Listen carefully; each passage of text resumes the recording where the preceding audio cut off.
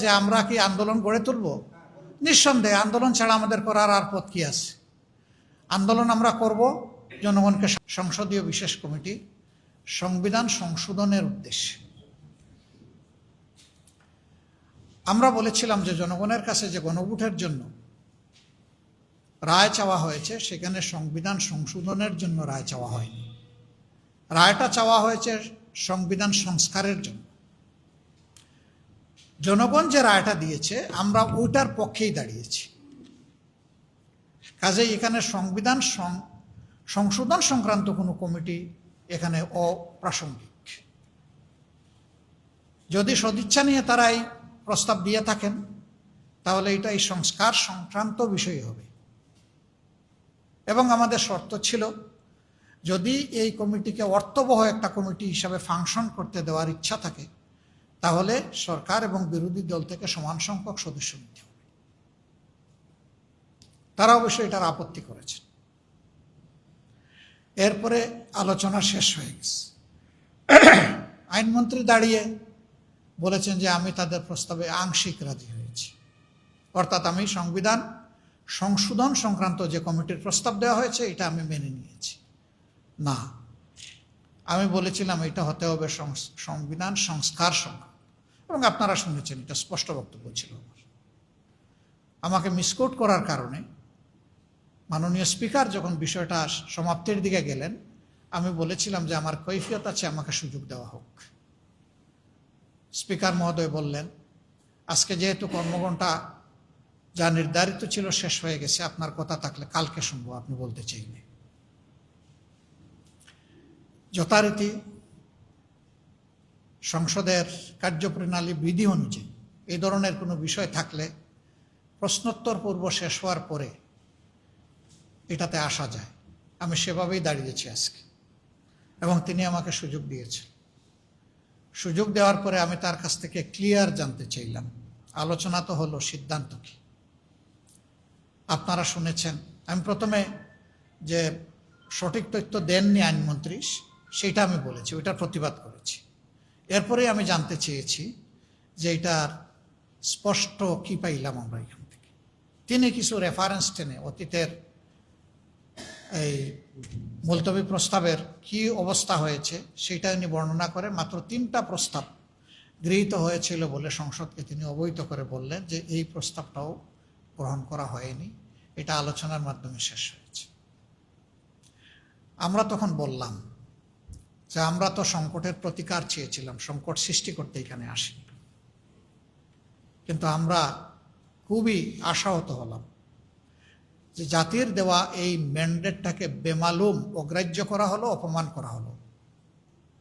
আমরা সেই গণভোটকে, জনগণের চূড়ান্ত অভিপ্রায় এবং রায়কে আমরা অমান্য এবং অগ্রাহ্য করতে পারি না, অসম্মান করতে পারি না। এই জন্য তার প্রতিবাদে আমরা ওয়াক আউট করছি। তখন তিনি দৃষ্টি আকর্ষণ করে আবার সাথে সাথে বললেন যে এই সংক্রান্ত আরেকটা নোটিশ মুলতবি প্রস্তাব হিসাবে এসেছে, সেইটা আমরা আজকে আলোচনা করব। আপনারা মেহেরবানি করে ওয়াক আউট না করে ওইটাতে অংশগ্রহণ করেন, মন খুলে কথা বলেন। স্পিকার মহোদয় ছিলেন না যেদিন এই নোটিশটা উত্থাপন হয়। তিনি তার স্ত্রীর ইন্তেকালজনিত কারণে অনুপস্থিত ছিলেন। সেই দিনই কিন্তু নোটিশটা উত্থাপন হয়েছে।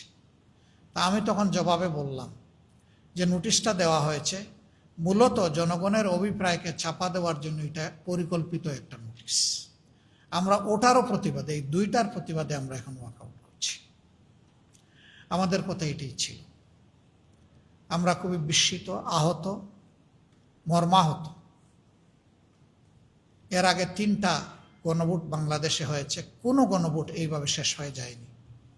3টাতেই জনগণের দেওয়া রায় অনুযায়ী জনগণ পরবর্তী সুযোগ পেয়েছে। এই প্রথম, যেটাতে আমরা সবাই, সরকারি দল, বিরোধী দল, সবাই আমরা একমত ছিলাম, সবাই চাইলাম, সবাই এর পক্ষে ভোট চাইলাম। এখানে সেইটাকে অগ্রাহ্য করা হলো, অমান্য করা হলো এবং এটাকে শেষ করে দেওয়া হলো। কার্যত জনগণের চূড়ান্ত অভিপ্রায়, যেটাকে সংবিধানের চূড়ান্ত জায়গায় স্থান দেওয়া হয়েছে, সেইটাকেই কিন্তু লঙ্ঘন করা হলো। আমরা এই অবস্থা মেনে নিইনি। আমরা জনগণের অভিপ্রায়ের প্রতি সম্মান দেখিয়ে আমরা ওয়াকআউট করেছি। আমরা চেয়েছিলাম আন্তরিকভাবে এখানেই হাউজের ভিতরেই তার সমাধান হোক। হাউজের ভিতরে সমাধান হলে জনগণ আনন্দিত হতো। গতদিন আমরা অনুরোধ করেছিলাম যে আমিও বললাম, আপনিও বললেন, আমরা বললাম, আপনারা বললেন, এখন আমরা আলাদা হয়ে গেলাম কেন? আসেন আমরা জনগণের চূড়ান্ত রায়টাকে আমরা সম্মান করি, তাহলে এই মহান সংসদ আরও বেশি সম্মানিত হবে।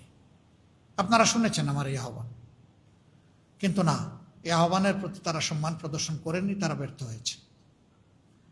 এখন যেহেতু হাউজের ভিতরে জনগণের এই অভিপ্রায়ের বিষয়টা সেইভাবে সম্মানিত এবং গৃহীত হলো না, আমাদের জন্য এখন পথ একটাই, আবার আমাদেরকে জনগণের কাছে ফিরে যেতে হবে।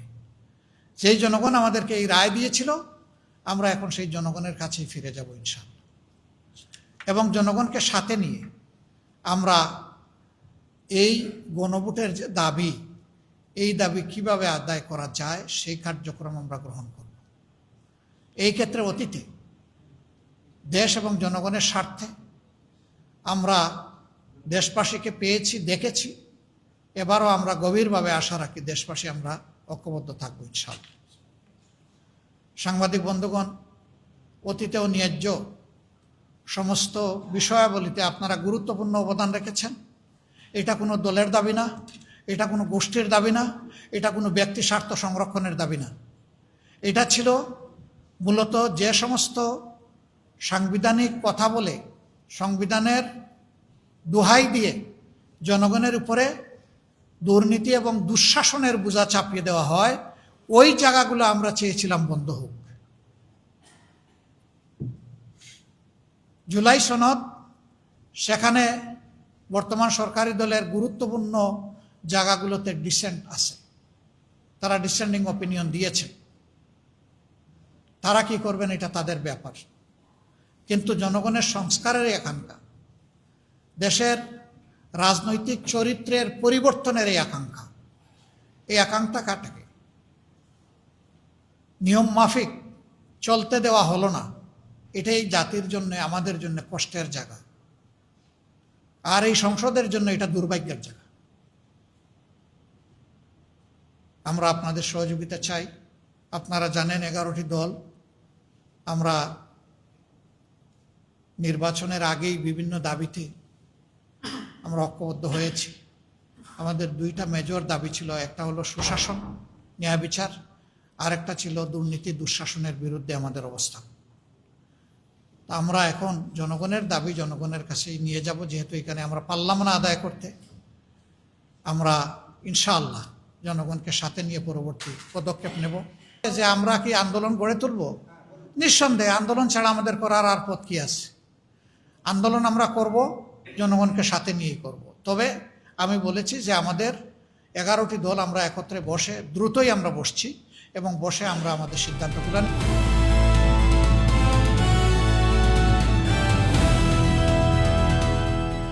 দিনাজপুর টিভি, মানুষের জীবনের কথা বলে।